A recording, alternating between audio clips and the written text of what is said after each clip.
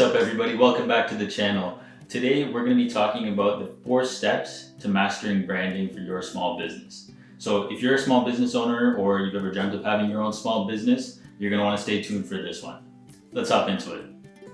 Alright, so the very first step in the branding process is to strategize. So you want to figure out what's your why. Why does your business exist? What value are you serving to your target audience? You want to nail down your target audience. So who do you want to target? You cannot cast a net so wide in the ocean and try to capture all the fish, because you're not going to end up a quality business at that point. You want to really hone in on your target audience, define them down to every single thing that you can, demographic, geographic, who they listen to, what kind of music, even if it might not seem relevant to what your business offering is. You can typically find any piece of information to be relevant because it kind of helps build a story and a persona around that person. And that's another thing we'll get into a future video when it comes to buyer personas. But yeah, you really want to identify that audience, nail in on them, because then your messaging, when you tell it to them in a voice that they'll understand and they'll resonate with, it's just going to be that much more impactful. And you're going to have a higher chance of converting those people who are in your audience to be followers of your brand. All right, so the next thing when we talk about strategy is you want to understand your UVP. That's your unique value proposition. So what that means is basically what sets you aside from somebody else. If I was a customer walking into your store and you sell shoes, why would I choose your company to buy shoes from opposed to Nike or Adidas? Right? You got to really hone in on what sets you apart, what makes you different. Because if you don't have anything that makes you different, whether it's price, whether it's quality, whether it's service, then you're going to have a hard time trying to expand on your market share and grow your brand from that standpoint. So the next thing is typically what everybody thinks of when you talk about branding, and that's really the identity portion of it. So when it comes to identity, whenever you mention branding, everybody thinks, oh, you want to have a nice logo, you want to have color schemes, you want to have a text and typography. Yes, that is all branding, but that is just one section. So that's the identity section of branding. But aside from all the visual things like the logo, the colors, the imagery, things like that, you also want to take into account the voice and the tone that you use in your messaging. So with that messaging, you need to be able to communicate in a tone that they'll be able to understand and resonate and really relate to what you're saying. So if you keep in mind all those things, you can create what's called a branding guideline, and that makes sure that across all the different touch points, you're staying consistent, and the customer feels the same if they interact with you on Instagram, and they also feel the same if they interact with you on YouTube. They can resonate and relate with your brand, and they can pick it out of a needle in a haystack kind of thing, where they know they see this type of post, they know that's Strategize, right? I know that brand. So yeah, that's very important for branding. All right, so the third step we're going to talk about is tools. So when I talk about tools, I'm really talking about now in the digital era that we're in, about your digital tools. So the first one, the most important one for any business that's trying to have a presence right now, is to have a website. If you don't have a website, you're not on the same playing field as all your competitors are, because everybody has a website. And you want a website that not only looks good, but the fact of a website is it's there. The purpose of a website is to serve a purpose. A user comes to the website, you have to make it easy for them to achieve what they came to the website for. When you go to a website, you don't like to click through 20 different pages just to find what you're looking for.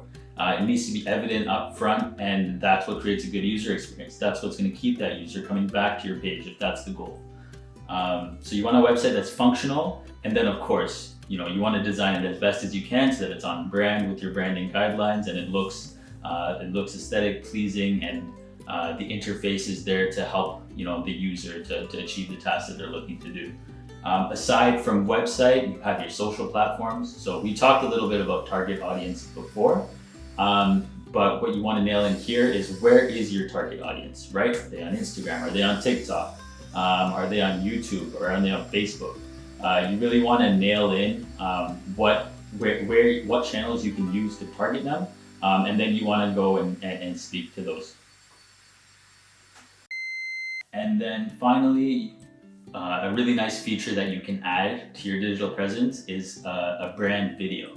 So that's something that explains what your brand is about, your why, what services you offer, and just gives customers, and could be anywhere from 30 seconds to 5 minutes depending on your business and your story.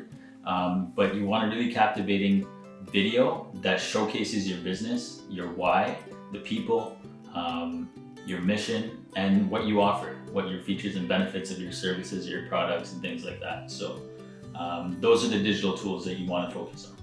So with all that being said, once you have these tools in place to help you out, you'll be able to now enter the space and use all these tools to your advantage. So they all have great marketing value to your business, which will help you build your brand awareness as a whole. And then from there, you can capitalize on that awareness and then get to the lead generation part, where you start to make those connections, make those sales, and that's what the business is about at the end of the day. You want to be able to provide your service offering. All right, so the fourth and final step when it comes to branding success for your small business is to make sure that once you've got all these tools in place, you've got the strategy in place, you've got your identity in place, is that now you're starting to attract people to your business. You might run some ad campaigns through organic posting. You might have people visiting your website. Is once they're there, that you engage with them. Once you engage with them, you want to make sure you delight them, right? They're engaging back. You want to make sure you go above and beyond with every single customer and provide like a white glove customer service experience. If you do that, they're going to be raving about you. You need to treat every single customer with the utmost care that you can. You need to value them and show them their value, whether that's through automated services, getting them service quickly, whatever that customer will find the most value in. If it's holding their hand through a process, you want to do that, because that's going to provide them with the ability to leave you a nice 5-star review, for them to come back to you, for them to talk to their 5-10 different friends about you. That's what builds your initial base of growth when it comes to growing your brand awareness and growing your followers and things like that.